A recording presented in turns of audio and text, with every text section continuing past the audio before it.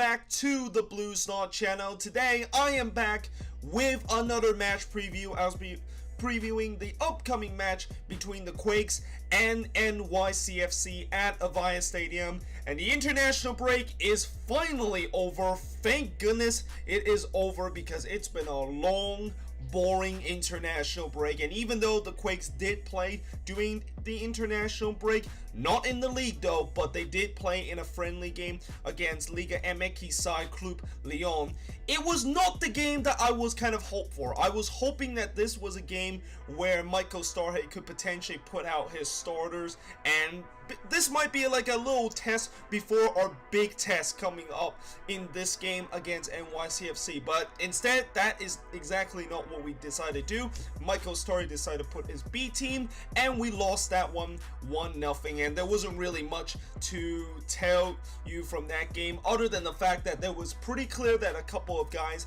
in that roster does not belong anywhere near the starting 11, or actually anybody in that starting 11 does not belong in the regular starting 11. And also the fact that this is exactly what can happen to the Quakes if we have our biggest starter knocked out with injury during the season. So the depth is definitely a little bit of a concern after that match, but either way, we do get our big star coming back into this lineup. We do get Vako and Hussein back in this game.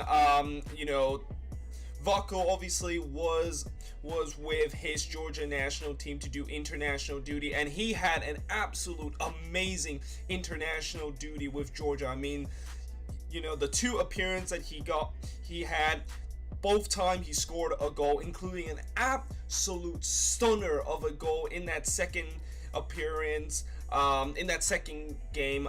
If you haven't checked it out, make sure you guys check that out. But yeah, certainly he's gonna be in full confidence coming into this game, and that is huge because we really need our big star to be in huge confidence, and certainly need to step up in this game, because it's pretty clear that, you know, in this game against NYCFC, I have a feeling that this could potentially be a shootout style of game. I have a feeling that our defense, you know, there's been question whether or not can we contain the big four of NYCFC. Can we contain David Villa, Jesus Medina, Maxi Morales, and Rodney Harris? And after what I saw against Club Lyon, and after what I saw against Sporting KC, it's pretty clear that probably that is not going to be the case. Probably we are going to give up 1 or 2 goals in this game. So this just kind of shift the focus on the attack, and so far attack has been pretty good so far. I mean, we actually started to score more than 1 goal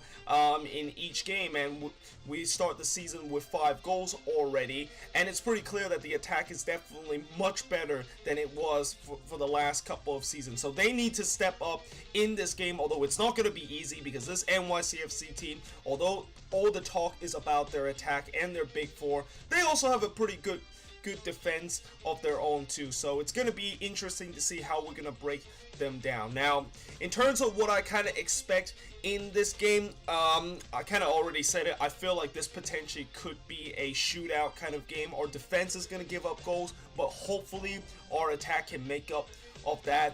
The other thing that I'm kind of interesting to see what's going to happen is this game is that do we do what exactly New England did in the last game? So one of the things that I watched when I watched the New England versus NYCFC game last week during the international break is that New England really started to press high and basically put this suicidal kind of press on NYCFC. And you know, the reason why I say this is a very suicidal is because they were leaving so much gap in behind that guys like David Villa and Rodney Harris and Maxi Morales and Jesus Medina could easily exploit that. But unfortunately that wasn't the case, and I think the reason why that wasn't the case is because NYCFC didn't have David Villa and Rodney Harris for this game, so they didn't have their best starters in that game. And if they were in that game, I think that suicidal press that New England did in that last game against NYCFC would not work, which is why I feel like we shouldn't do the same thing that New England did. We shouldn't play that suicidal press, and our defense compared to New England's defense, it's pretty much the same. It's pretty dog shit. So I feel like this is a game where we're probably gonna have to try to kind of bunker down a little bit. I know usually when you play a game at home, you don't tend to bunker down, you tend to go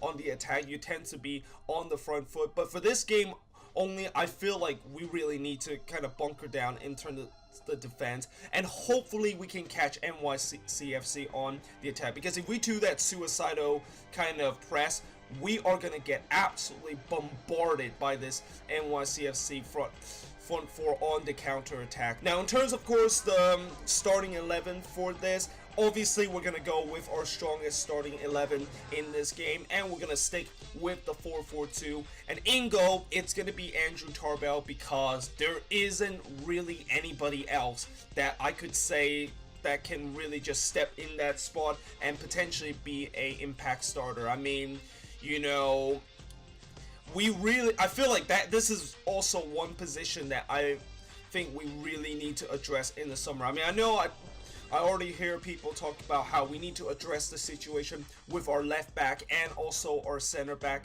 kind of core, because those are sort of a weakness. Well, don't forget about our goalkeeper too. I mean, Andrew Tarbell is not like lighting up on fire or anything. In fact, he is literally lighting up on fire on the other reason, and that is letting easy goals get past him and not organize the defense. So that is something that we're going to have to address in the summer. But for now, I think Andrew Tarbell is going to be in there. And then in the left back, and speaking of which, you know, like I said, that is a position that we definitely need to have to get somebody there, because it's pretty clear that we just don't have a reliable left back. Shea Salinas is clearly not a left back. Joel Kuiper, you know, in the last game when he played against Club Lyon, he was absolutely terrible, and that probably explains why he did not get the nod for the starting role on opening days over Shea Salinas, because he was just so god awful. He was just as bad as it is as Salinas. So yeah, that really kind of left like, who do we really want to put, because both of them are awful. And for me, I'm gonna go with Shea Salinas for this one, mainly because he has the experience, and you know, maybe he won't get absolutely torched like he did in that Sporting KC game when he got absolutely torched by Johnny Russo and also Felipe Gutierrez. But hopefully that will be the case. Now in terms of course the center back partnership, it is going to be Howard Cummins and also Quintana. Now, I know before I said that I really want Youngworth to move back down to that center back role, because it's pretty clear that this Quintana and Cummins kind of partnership is not working out. But then I actually heard like a report about how Florian Youngworth was actually not happy the fact that he had to play in that center back role, and that he really wants to kind of like get back to his natural position, which is that central defense mid kind of role.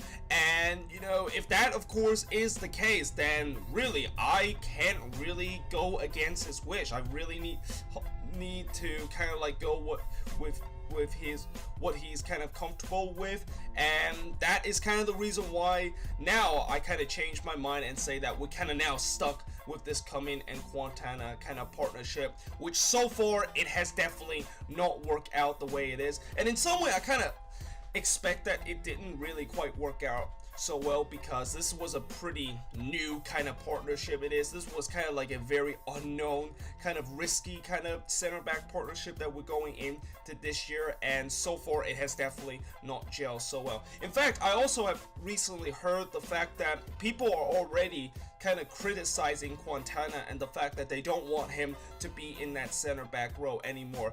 Well, although I kind of do agree with people saying that he has been shit in the last couple of games, I feel like it's a little bit too early to kind of criticize and just say that he does not belong in the starting 11. Mainly because, keep in mind, this is only his only his third MLS game coming into this one against NYCFC. He only have played 2 games, and he's also only 20 years old, so he is still a very young and inexperienced kind of MLS defender. And I just feel like to just criticize him and saying that he does not belong in the starting 11 after just 2 games, that is a little bit too harsh. I think we really need to give him times and just hopefully he can adapt with the team and also with how MLS works. And if he just continues this kind of bad form in the upcoming weeks, then I do agree. I think it is kind of time to try to bench him and potentially find another reliable option, which is another reason why I say before that we really need to find another center back in the summer, because it's pretty clear that the center back that we have right now are just not reliable whatsoever. So hopefully that will be the case. Now in terms of course in the right back, it is going to be Nick Lima. You know, Lima hasn't got off to the best start so far, but you know, I do trust Lima pretty much the best out of the 4 back lines that we have. He's by far the best player out of that 4 back line, and yeah, that of course is why I decided to put Lima in there. And also we don't really have other reliable right back besides Paul Murray, who also was another guy that did not look very good against Club Lyon once he came onto the pitch. So yeah, that of course is the four back line. In terms of course the holding midfield partnership, it is going to be Godoy and also Youngworth. I don't know exactly how well Godoy did with Panama during the international break, but hopefully he did well in the international break. Hopefully, you know, this season he's been okay at times, and at times he just looked like the Godoy of the second half of last season, which was not very good at all. And then of course in the left wing, it is gonna be Vako, who hopefully with his good form with Georgia national team, he can of course try to bring this into this game, and that will definitely really help us. And also on the right, it is going to be Magnus Eriksson, and then going up front, it is going to be Wando and also Husin. Hopefully Wando can get another goal in this game like he did against Sporting KC, just one more closer to Landon Donovan's all-time goal scoring record in the MLS. And also hopefully Husin can score again. You know, he didn't really score in the last game, which was kind of disappointed, because I thought that, you know, with his good run that he had against Minnesota and how he was just so good with us when he played against Minnesota, that potentially he can replicate that kind of performance. And I'm not going to say that that performance that he had against Minnesota was kind of fool's goal. I thought he had a decent kind of performance against Sporting KC too. It's just that at times he just didn't get the service at all in that game. So yeah, that of course is my starting 11 for this game against NYCFC. And in terms of course for the prediction of this game, I am just not confident at all coming into this game. Like, I just have a feeling that this could potentially be a loss for us, because NYCFC is just such a good team. They are literally the best team right now in MLS, and if we can get out of this with a point, I would definitely be very satisfied. And because of that, I'm going to say we're going to go for a draw in this one, and I'm going to go with a pretty high scoring draw. I'm going to say it's going to be a 2-2 draw in this game. And yeah, let me know in the comments below, what do you think will happen in this game, and what do you think the starting 11 and the prediction will be for this game. And yeah, I hope you guys enjoyed this video. If you do, make sure you guys leave a like, smash that subscribe button, and I of course will see you guys next time.